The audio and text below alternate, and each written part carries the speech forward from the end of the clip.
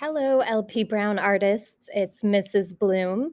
This week, our prize winners are Sam T. in Miss Bowman's class and Stella B. in Miss Bradderger's class. Those two people will get their bonus art supplies at supply pickup. Today, we are going to continue talking about the Harlem Renaissance.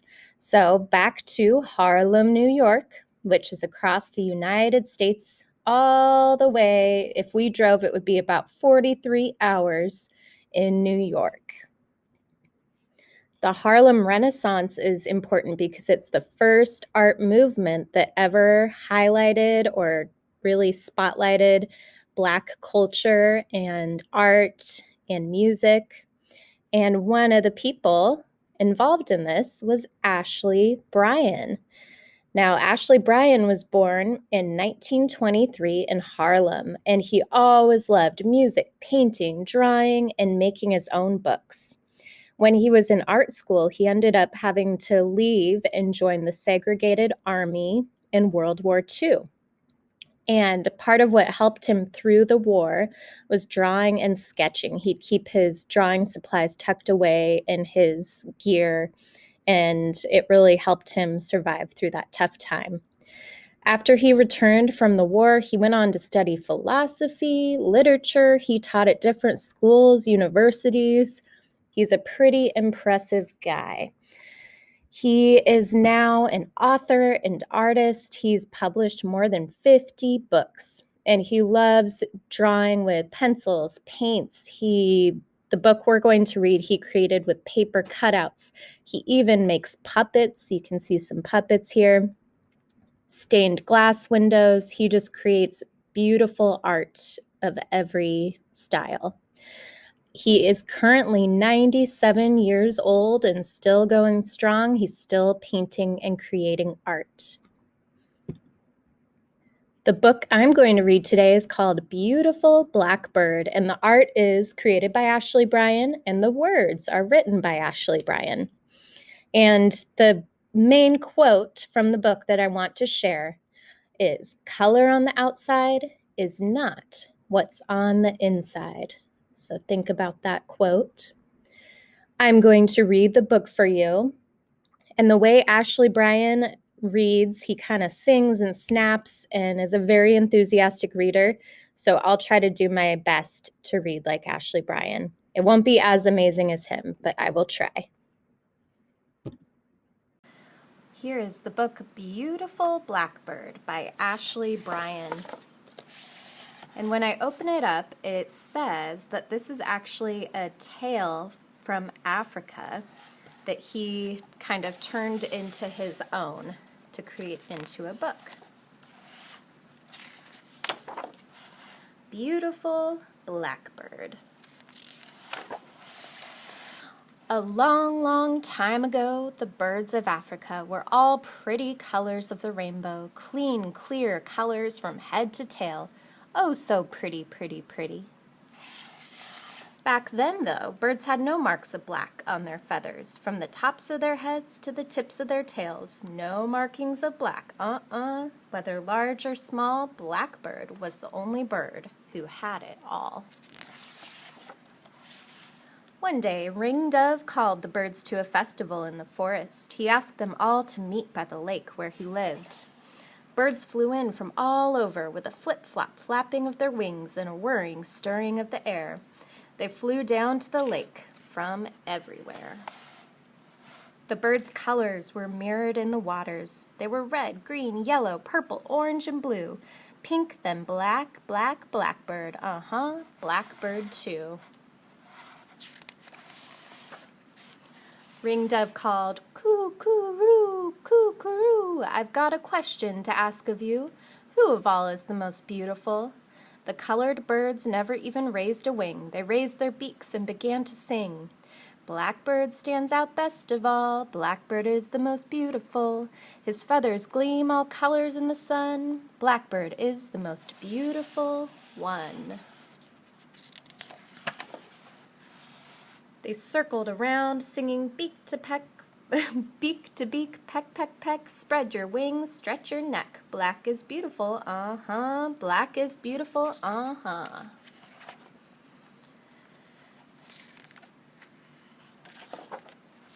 When the birds were into their steps, Ringdove took Blackbird aside. "Oh, Blackbird, Blackbird, cuckoo-roo, cuckoo-roo, would you color me black so that I'll be black like you? My neck is plain, and that's a shame, 'cause Ringdove is my given name." Blackbird said, "Color on the outside is not what's on the inside. You don't act like me, you don't eat like me, you don't get down in the groove and move your feet like me. But come tomorrow to the sun-up dance, I'll brew some blackening in my medicine gourd. Then I'll swing a ring around your neck to go with your name." The next day the birds gathered. Blackbird stirred the blackening brew in his medicine gourd. He stirred it round and round. Then he dipped his feather brush into the pot. With his free wing he spun Ringdove around, holding his brush to the ringdove's neck. Ringdove sang, "Cuckoo-roo, cuckoo-roo, see what a swinging ring of black can do." Blackbird bowed to the crowd as a chirping arose. "Ringdove's black is beautiful, beak to beak, peck, peck, peck, he's just like Blackbird around the neck." "Oh, Blackbird, can we have some of that blackening too? We all need what your black can do. You're such an artist with your feather brush. A touch of your black will be good for us." Blackbird said, "Tomorrow I'll mix the rest of my black roots in a larger medicine gourd. I'll give what I can give until it all gives out." The birds danced the sundown dance, then went to nest. All through the night the birds dreamed of black. Black markings on the head, tail, wing, front or back. Oh, black is beautiful, black, black, black. Birds rose at sunup and took to their wings. Away up high their colors filled the sky. With a flip-flop flapping of their wings, a stirring, whirring of the air, they flew down to the lake from everywhere. Ringdove carried Blackbird's large gourd and set it down. Blackbird stirred it with a stick in his wing and said, "We'll see the difference a touch of black can make. Just remember, whatever I do, I'll be me and you'll be you." Blackbird tipped his feather brush into the pot and tapped out dots. Some were large, some were small, close together or far apart. It was a challenge to Blackbird's art. With strokes long and short he painted stripes. Blackbird swept his brush strokes steady. He drew lines only when his brush was ready and full with the black, black brew. Then Blackbird sang, "I painted plenty, plenty, plenty. The gourd's now empty, empty, empty." The birds surrounded Blackbird and sang, "Our colors sport a brand new look. A touch of black was all it took. Oh, black is beautiful, beautiful black, uh-huh, uh-huh. Black is beautiful, uh-huh." The end. Today our art is going to be inspired by the cover of Ashley Bryan's book. We're going to create our own beautiful blackbird. Now with our supplies, you have two choices depending on what you have at your home. So if you have these supplies available, it would be great if you have some black paper, yellow paper. We're going to do some colorful stripes and white paper. If you do not have all these colors of paper, do not worry. Just use white paper and that is fine. We also need scissors and glue. And if you're just using white paper, you need something to draw with. So I'll show both versions depending on what you have at your home. The first thing we're going to create is our sun. So if you're just using white paper, you may draw the sun. It's going to be a big sunshine in the background. You can color that in. The rays of the sun coming out.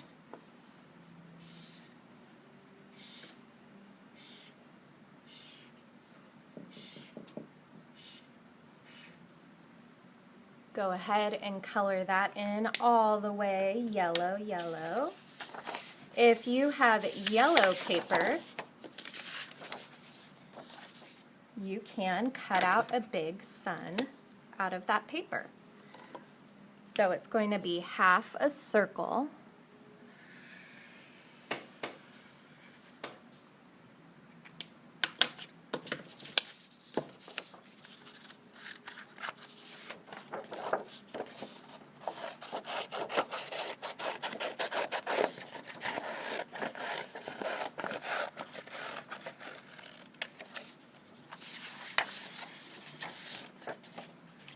You glue that yellow sun down on the background. Next, I'm just going to cut some yellow strips for the rays.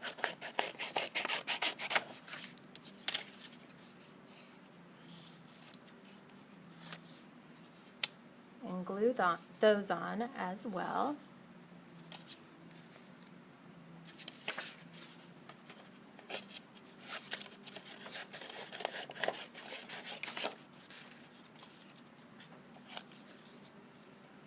Okay, pause the video until you are done with your sunshine background. So you should have your sunshine background all done. Man, oh man, that was a lot of coloring. Here's the paper version. So the next thing we're going to create is our beautiful blackbird. Now you draw whatever style bird you want. I'm going to try to make mine look like the cover of the book. I'm going to use a yellow crayon. Let's see if it works. Yep, it does. To trace or to draw a bird on my black paper and cut it out. If you are using just paper and markers or crayons, you can draw it directly on here or cut it out and glue it down. Lots of different choices. You do whatever works for you. Okie dokie. So I want to draw my bird nice and big. Curve atop of the head there. Well, you probably can't even see what I'm drawing, can you? Let's see if that works. There, you can see that. Alright, so I have the top of my head here. Gotta have the beak.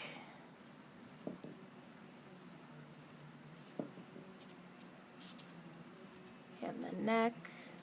You could even draw some of the birds that got the black added. I'm going to fix this spot a little. The black drawn on them. My bird's going to have wide open wings, stretching out, some wavy lines underneath. There's one wing. Now I'll do the other and try to make it somewhat symmetrical. You guys got a little practice when you drew the ducks, if you did the duck artwork. And now the tail coming down. Okay, so I'm going to go ahead and cut out that bird and see how it looks.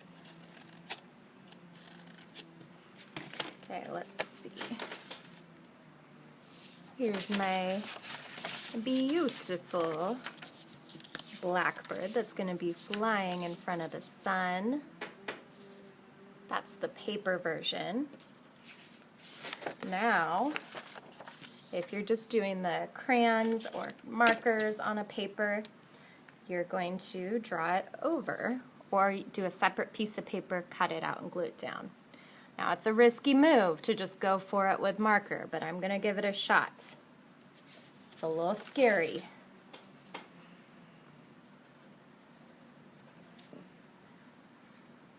The beak.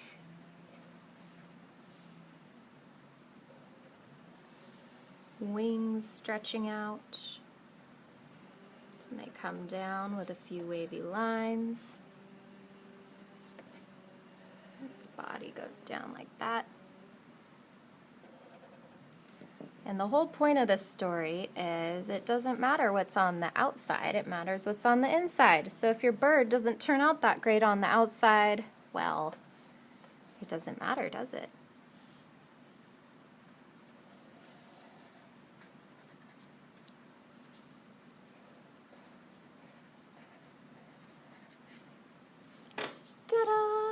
There's my bird. Now coloring time. Lots and lots of black.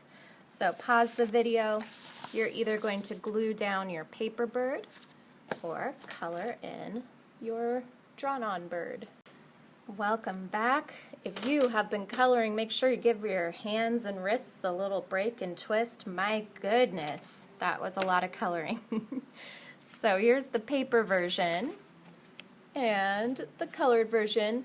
And it looks like I'm going to need to do another layer of black, but I'm going to give it some time to dry and give my hands a break. The next thing we're going to do, the finishing touch, is strips of color, bright colors popping out of the bird's wings. So I found some scraps of paper in the art room, and I cut some little strips of color. So if you have any scraps of paper lying around, that is a great option. Just cut a variety of sizes. You could even do some wavy lines, whatever you want, and glue them down, coming out of the wings, or wherever you want them. It's your design. I'll show you the cover picture one more time. Okay. And then this version, you, of course, can just use colorful markers. I think I'm going to do some wavy lines coming out.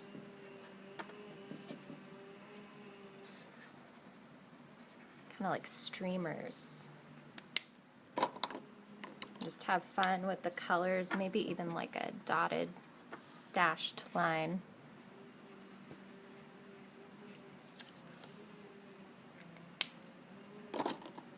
Pause the video, add those fun, colorful details, and we'll be right back.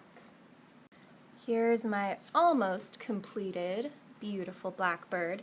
The finishing touch will be a little eyeball there, and it is complete. Here's my other version, and ideally, if you could find something to glue on for the eye, that would be great, because most colors do not show up over black. But you could figure out a way to make it work, or even if you have a googly eye, that would be great. So I'm going to add a paper eye there. So I hope you had fun, and of course, as always, your art should not look just like mine. So don't feel upset if it's looking really different. That is what I want. So make sure you share your artwork on Schoology. I cannot wait to see it.